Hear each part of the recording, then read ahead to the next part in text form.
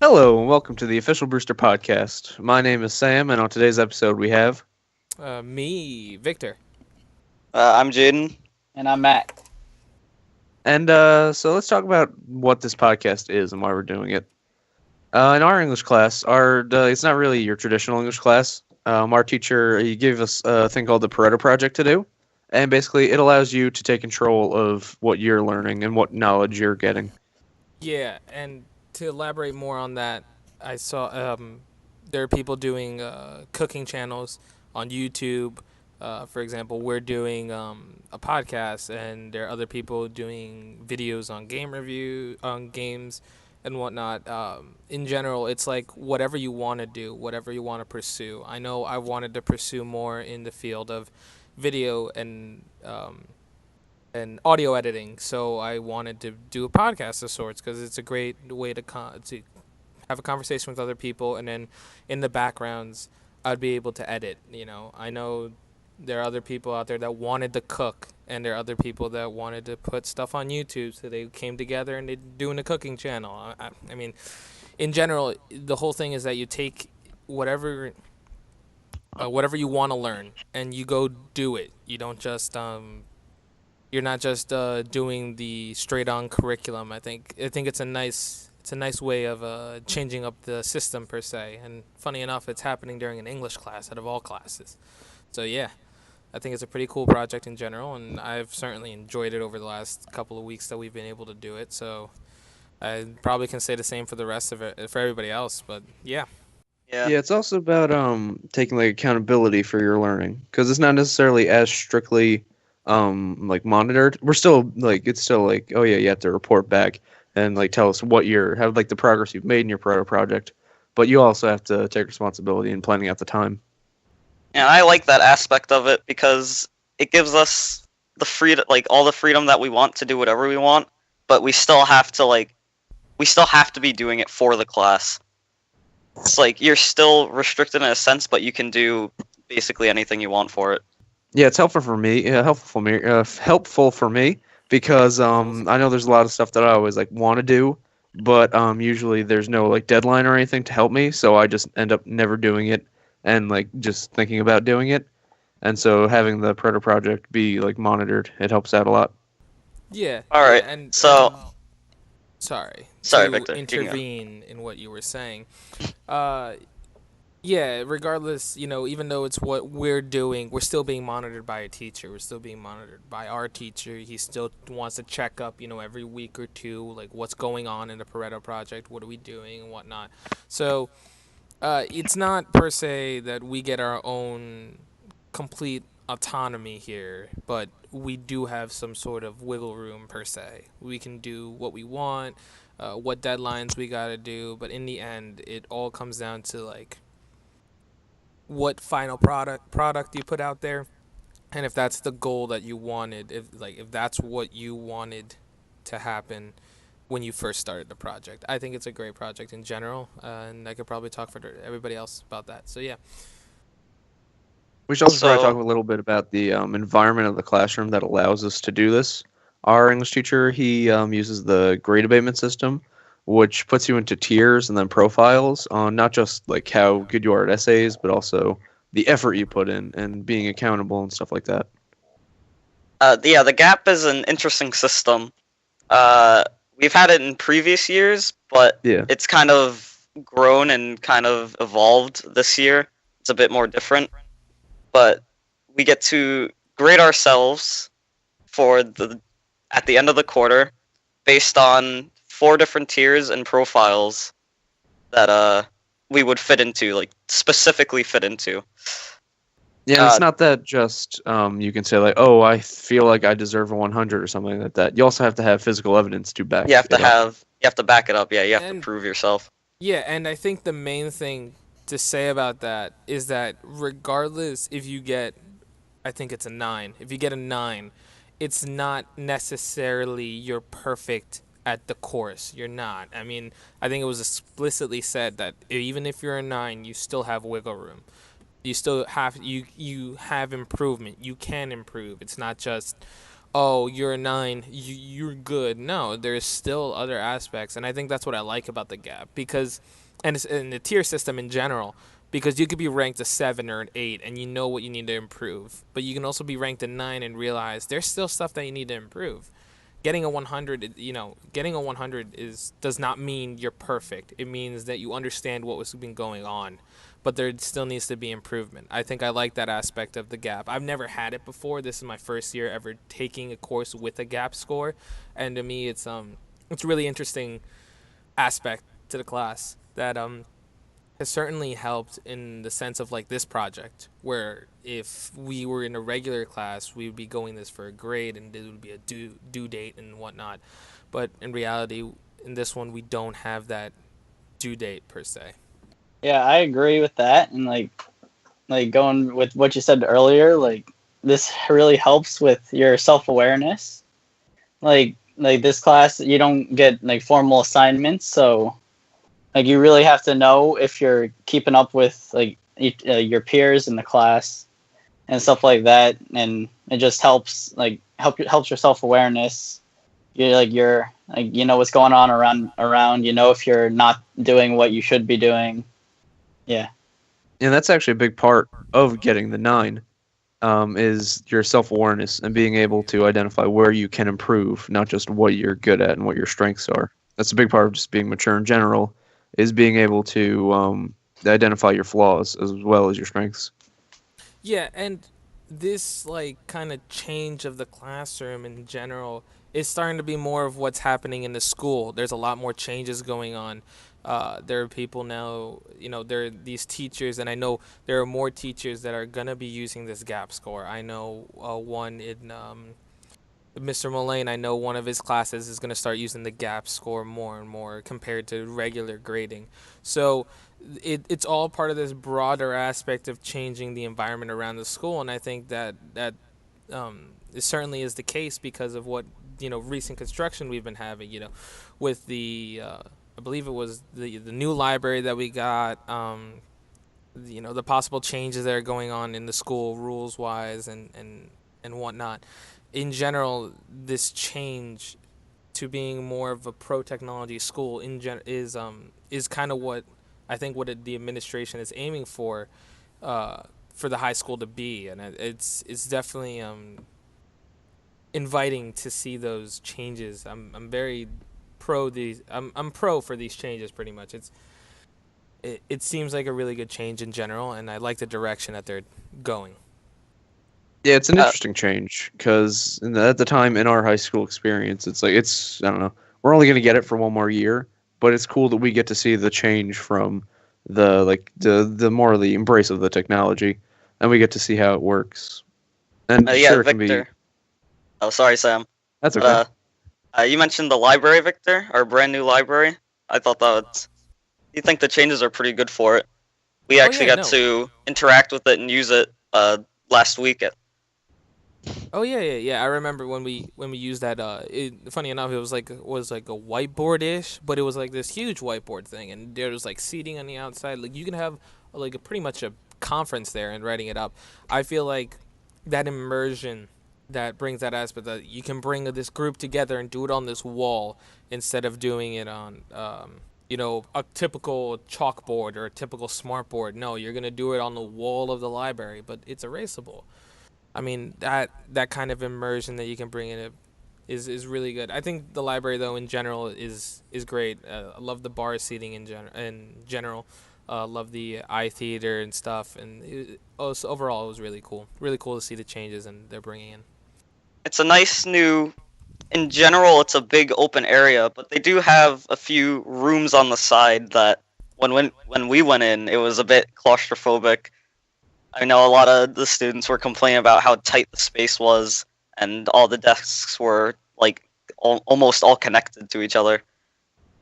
Yeah, but nothing can be picture perfect here. We can't have biggest rooms ever. I mean, the library in and of itself is a very small space, especially when you divide half of that to books still. But Yeah. I invite the changes. While they're not monumental, you're not going to get 600 plus in the seating, or 60 plus seating in the new theater room, or you're not going to get 30 plus kids in that the whiteboard room that in where we were last time. You're still going to get people there, and it's still a tool that us students and teachers can use effectively to teach, and I believe that's really good overall. Yeah, I like how they're letting us be interactive with it, but some of like the rules and restrictions were a little like strange, and I don't know. I don't want to say a little put offish, but I don't know. It was a little weird, like the first week that it happened, like with the whole like the online passes. They weren't as big of a deal once we got used to them, but they were definitely a big change, and they were a lot more strict with that. And yeah, like you have to, they enforce actually doing work there. Like you can't just go there if you have a free study hall. You actually have to have work to do. And seniors still have to have paper passes. They can't just show up on a free period. I mean, I kind of agree with them doing that, although it might be a little strict, but it's a brand new thing for us, and they kind of want to make it as effective as possible while that lasts. Yeah, I So like understand why people are they're doing actually utilizing it properly and as long as they can. it. Yeah, once we get used to the changes, then it'll be like just a regular library. It'll be just like the paper passes for us. Like the incoming freshmen next year won't have any other experience, so that'll just be what they know. Yeah, and I think that's certainly some of the shock that we got at first once we knew the new system.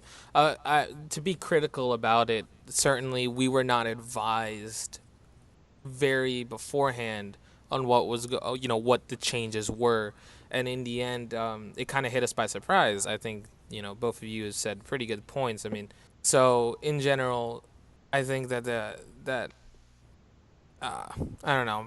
I just like the library, but that's all I gotta say about it, pretty much.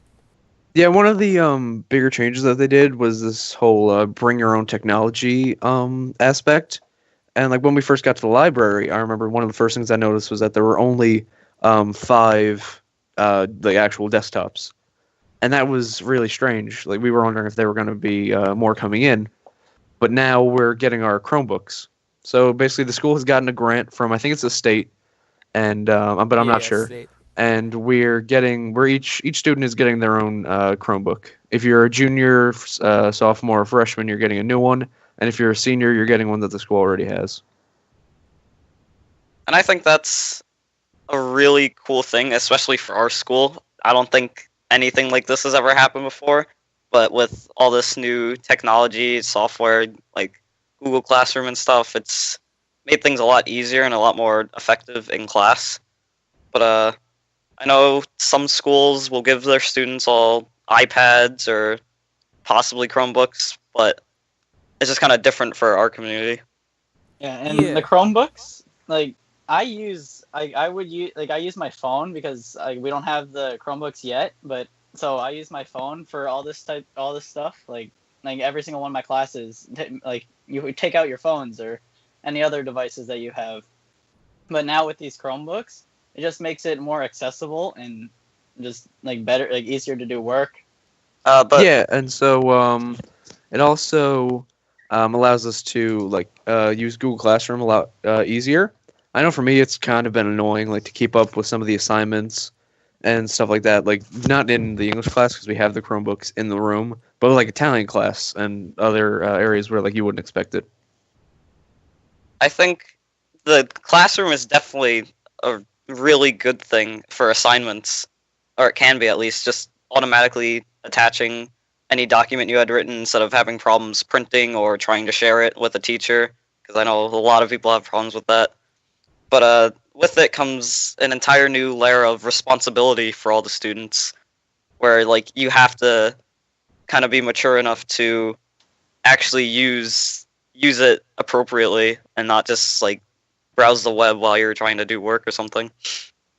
Yeah, but one of the downsides of that, is that there are some teachers out there that don't update it regularly, that they expect you to go into class and then they have the homework on a whiteboard and they won't put it on the classroom. I know in English class at least, it's been every assignment is there. And I think Yeah. that's good because you may not remember what happened throughout the day. You may not have written it down. I don't know how many people use those, planners that we get at the beginning of the year.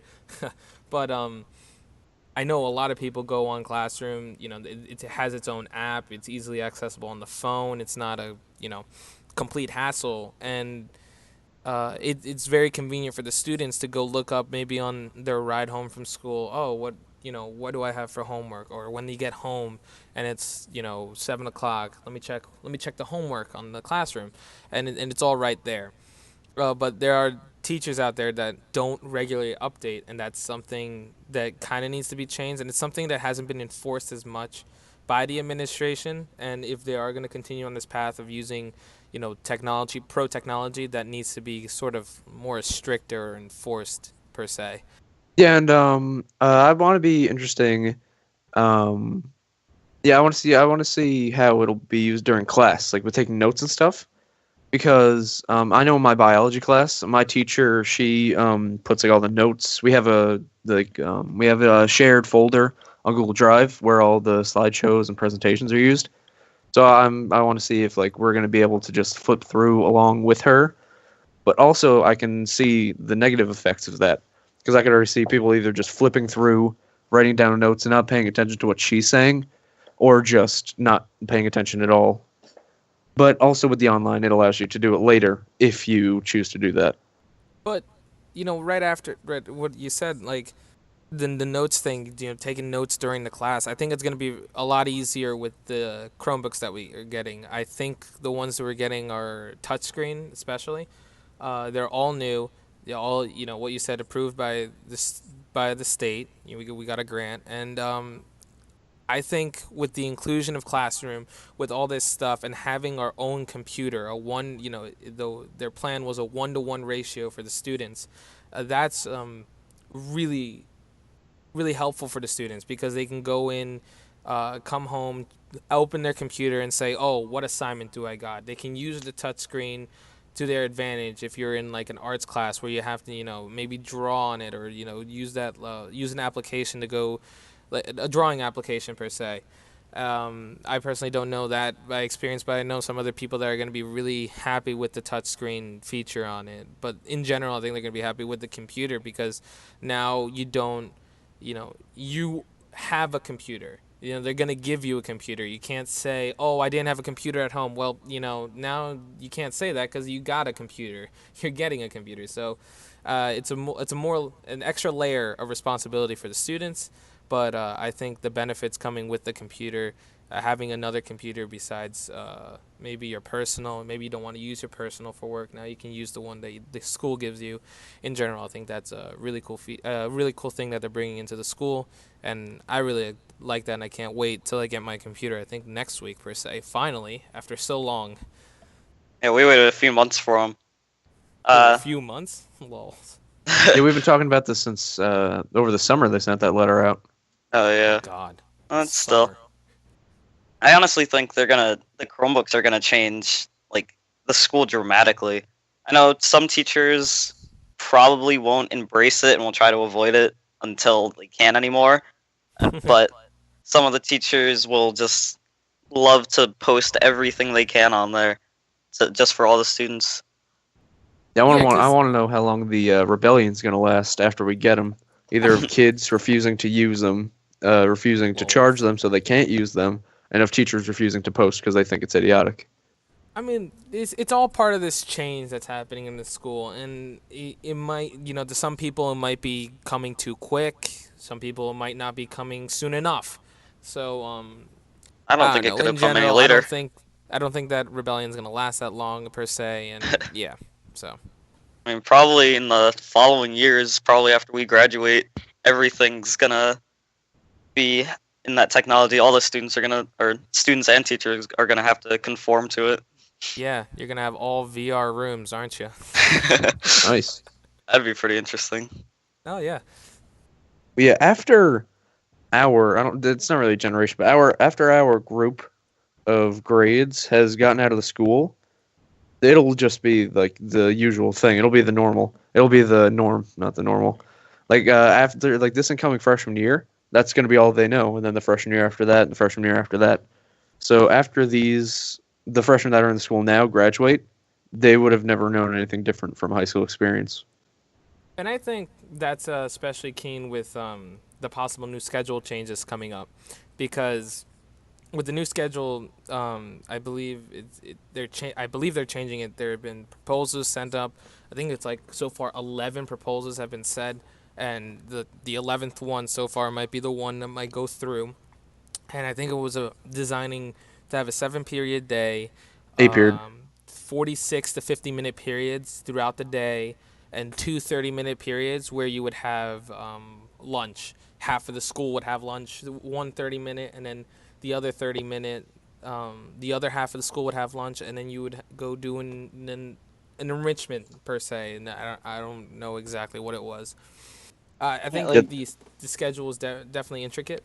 It's a new way of bringing it in, and like you said before, all the freshmen after this, they're gonna know, they're gonna only know this as the high school, and it's just gonna become the usual norm. So yeah.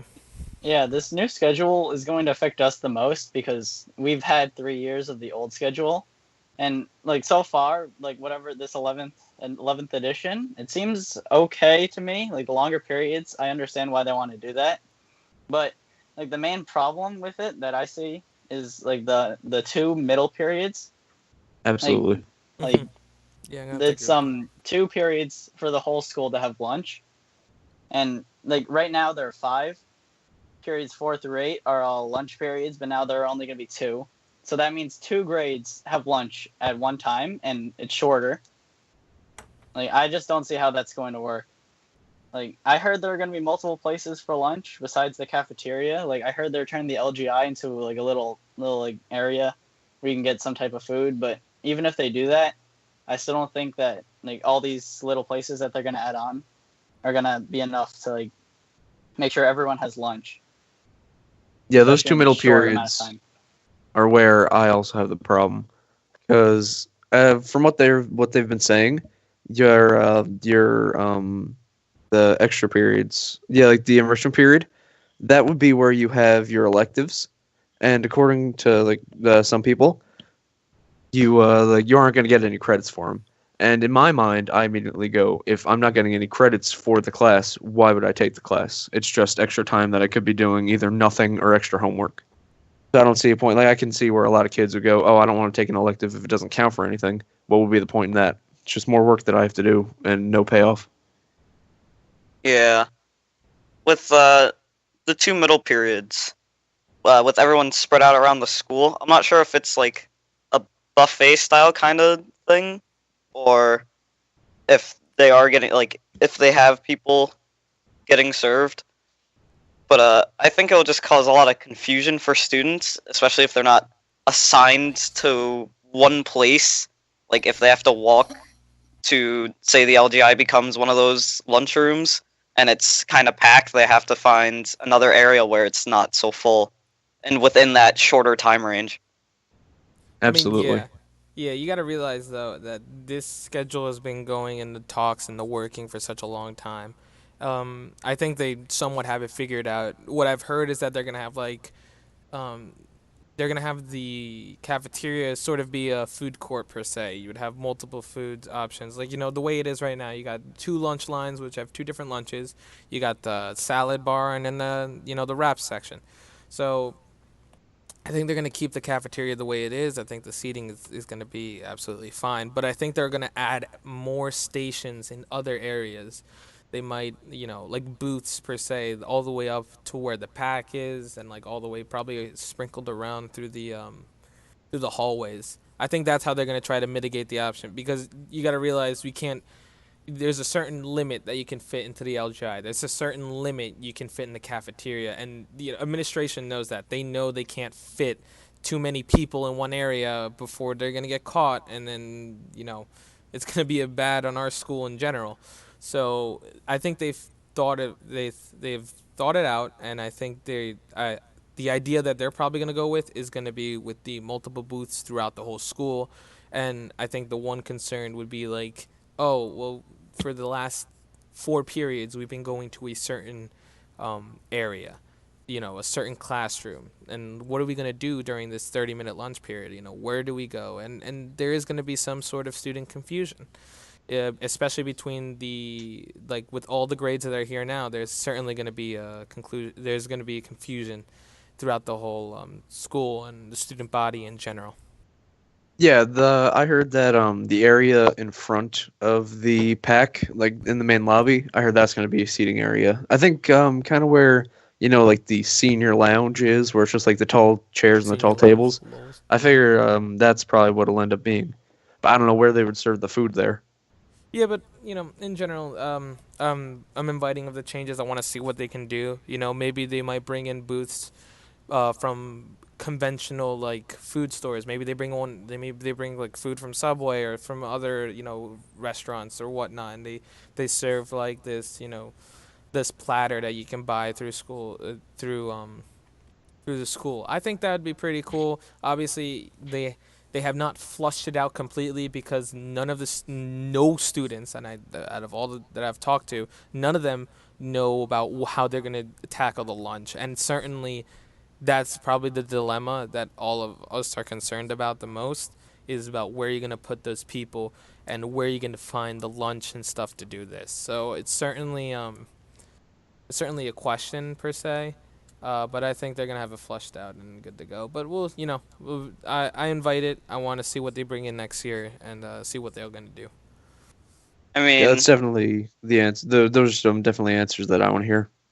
Depending on the changes, I can see a lot of the students like not liking it. I mean, people this year, like just hearing about the new schedule, already wanted to make petitions about it and just stop progress on it. Like they didn't want the change to happen.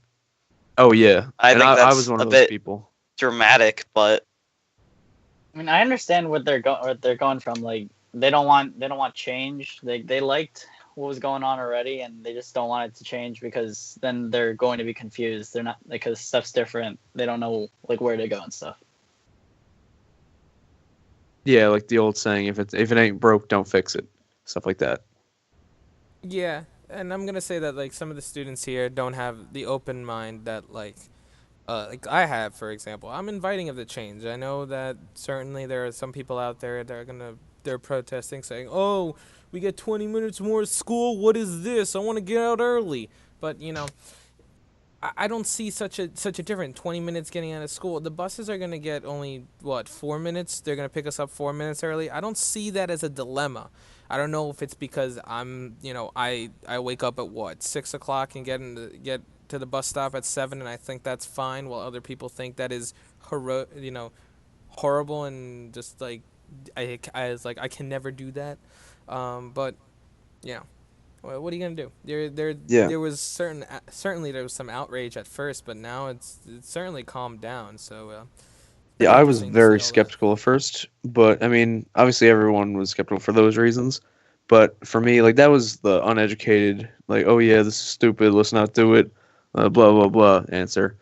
I was concerned about not having as many classes, like not being able to take as many classes as I could. And I was also concerned about free periods, since this is our senior year, being able to leave school early or going in late for people who have jobs or just sports in general. And yeah, I think we're getting close to the end of the podcast. And before we go, we should probably talk about what happened to this is supposed to be the second episode, but it's our first. Oh no. Yeah. Yeah. This will hopefully technically be our first uploaded podcast. Yes, If hopefully. Victor, you want to talk about what happened? Oh God, no. All right, whatever. So either way, I remember we were doing the first, when we did the first recording, and I pretty much finished editing it all, and then apparently you can't sit on audio for too long because then it just corrupts and decides not to play back certain parts. So that was pretty annoying. It's like certainly milk. That was we had a good first episode. I was pretty saddened by that. That was it was just a bummer. Talking about but New nonetheless, Year's. we got this one, so we're all Bunch of good. crazy stuff. All down the Hopefully drain. this one comes out a bit sooner, Yes. and so we can get Yes. to the next one sooner. Yeah. Yes. And yep, All right. And yeah, I think that's it. Shall we call it a wrap? I think we should. So, I'd like to thank everybody listening to the official Brewster podcast and probably the first episode. And Hopefully. I'll talk to you all later. All right. Don't see forget ya. to like and subscribe to the YouTube channel that this is posted to. True. Like and subscribe.